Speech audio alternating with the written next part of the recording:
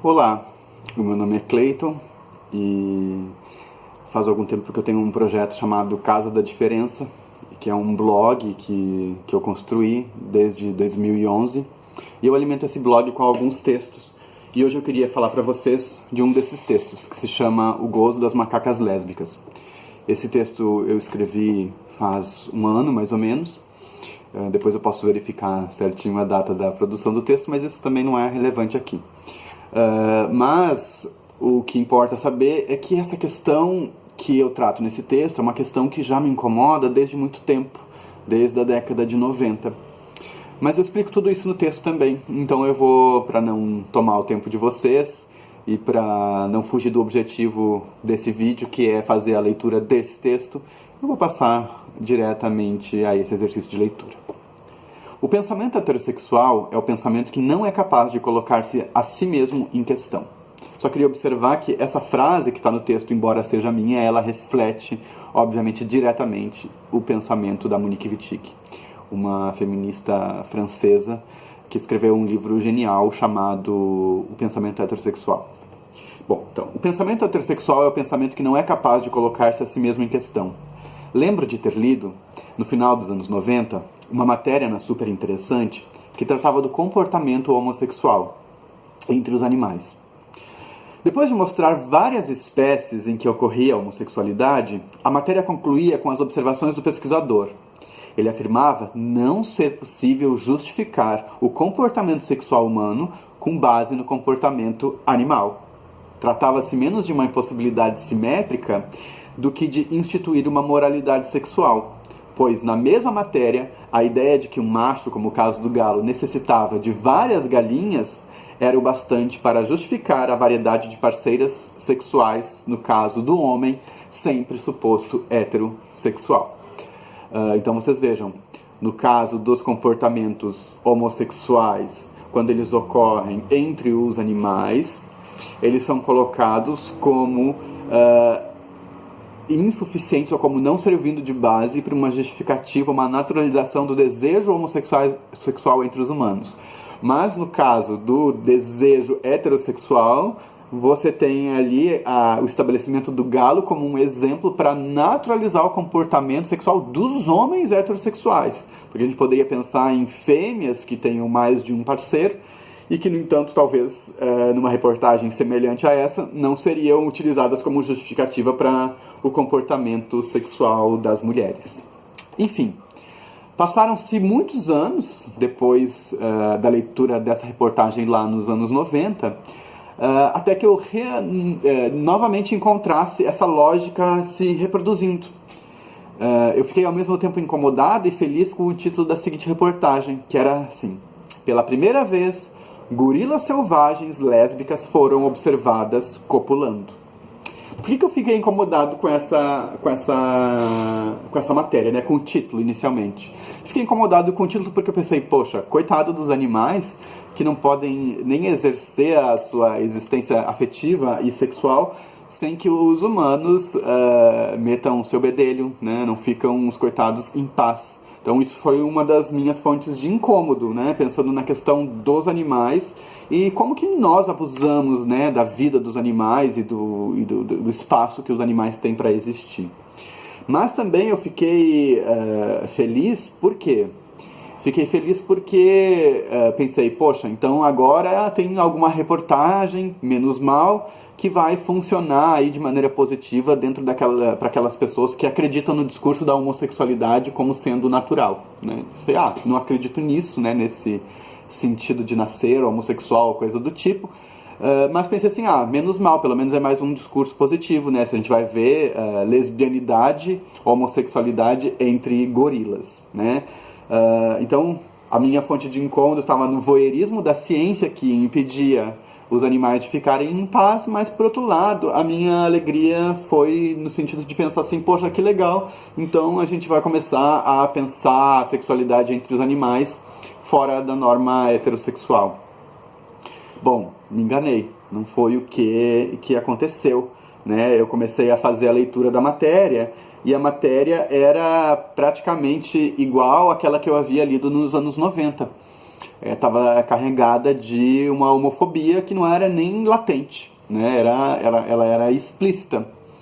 Então eu fiquei decepcionado com essa leitura. A única diferença que existia realmente entre uma matéria e a outra era o fato de que na primeira se explorava muito mais a questão da homossexualidade, e embora não se centrasse exclusivamente na questão da homossexualidade masculina, falando em outras formas de homossexualidade também, como a lesbianidade, o foco era a homossexualidade masculina, era claro.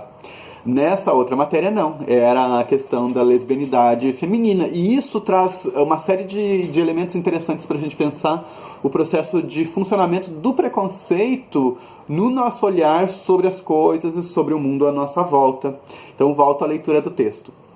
No texto do artigo sobre as gorilas lésbicas, genitalizava-se o sexo. Fala-se do comportamento homossexual como natural, mas, ao fim e ao cabo, explica-se a homossexualidade como desvio da heterossexualidade. E utiliza-se o comportamento sexual das gorilas como pretexto para falar sobre lesbianidade. Em dado momento do texto, encontramos uma conclusão geral sobre as gorilas, onde a palavra mulher, no plural, é tomada como um sinônimo da palavra fêmea. Que no texto refere-se a gorilas que não puderam gozar sem que o desejo escópico do pesquisador se realizasse, né? Ou seja, a retórica do texto, e aí eu não sei se do pesquisador ou de quem escreveu o texto, e também eu não fui fazer a leitura da pesquisa, a minha crítica não é uma crítica à pesquisa, mas é um tipo de pensamento que aparece na sociedade, nesses meios de divulgação, e que usam essas pesquisas, né? Pensar a pesquisa provavelmente disso seria uma outra questão. Mas o que eu observo aqui é o quê? Que em dado momento desse texto, a palavra gorilas assumia uma equivalência à palavra mulheres. Então era possível intercambiar mulher da espécie humana e mulheres gorilas, né? Então essa equivalência era feita no texto. E isso para mim funciona um pouco como uma tentativa de, não uma tentativa, vou dizer, consciente, mas do modo como o próprio pensamento heterossexual funciona na sua incapacidade de pensar-se a si mesmo, funciona de maneira a amarrar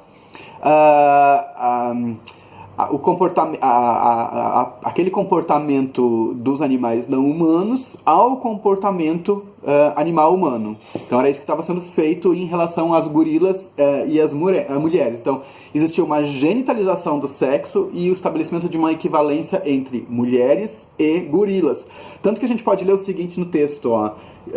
Minha impressão é que estas fêmeas apenas buscam prazer sexual com outras mulheres, né? Ou seja, ele está falando das fêmeas gorilas e diz, buscam prazer com outras mulheres. Assim fica implícita a ideia de que as conclusões relativas às gorilas poderão ser generalizadas às mulheres lésbicas e ao modo de funcionamento do seu desejo. Até aí, ok, né? Tudo bem, vamos lá. Mas o problema começa quando a pesquisa se estrutura e procura dar uma explicação dessa lesbianidade das gorilas, né? Então o pesquisador vai falar, na matéria a gente encontra a ideia de efeito pornográfico. Por quê? Né? Ele vai falar nessa ideia de um efeito pornográfico, porque ele constata que as fêmeas, antes de realizar a fricção genital com uma outra fêmea, ela teria assistido a relação sexual de uma fêmea com um macho. Então, o comportamento das gorilas seria uma espécie de efeito daquilo que elas viram acontecendo com um casal de gorilas em que há uma fêmea e um macho. Ou seja, esse desejo é quase como se fosse uma espécie de resíduo daquele desejo que seria o verdadeiro desejo da gorila.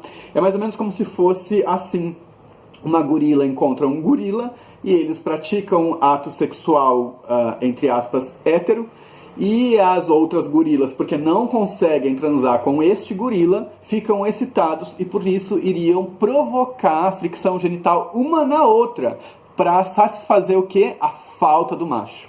Então, essa é a lógica explicativa que a reportagem oferece para aquela relação homossexual entre as gorilas.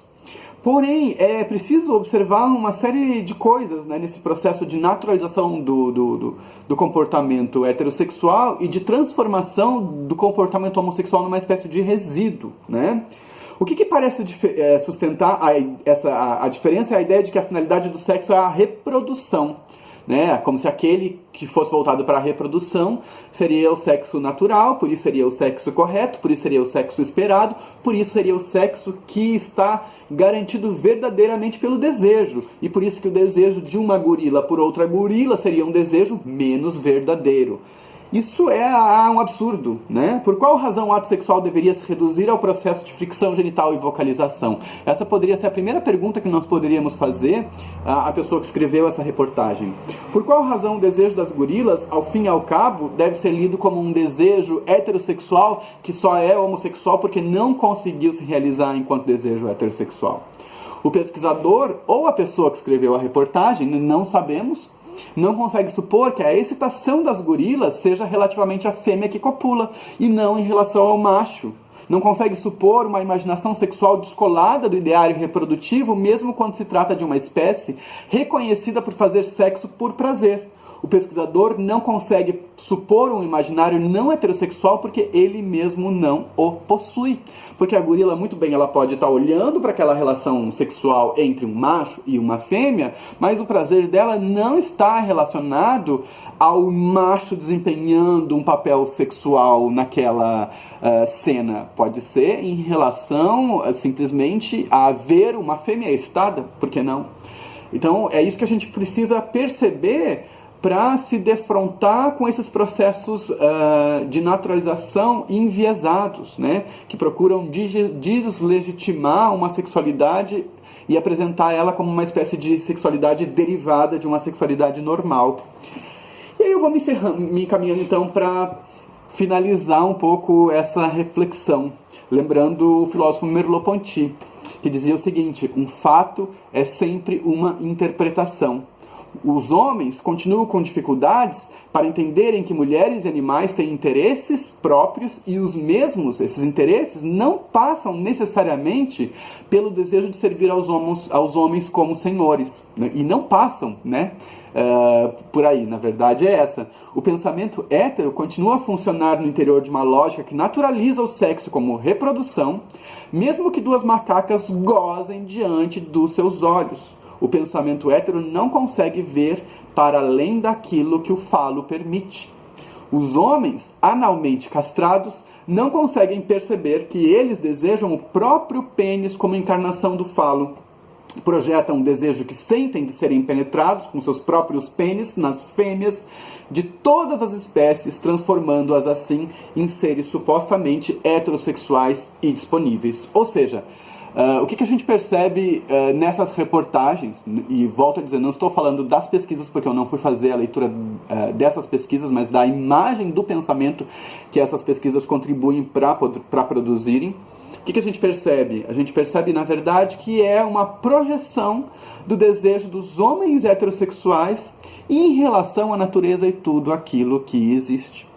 Eles medem a realidade a partir da régua que é a heterossexualidade que eles inventaram ao longo da história e que serve para nos oprimir, para nos apresentar como desvios.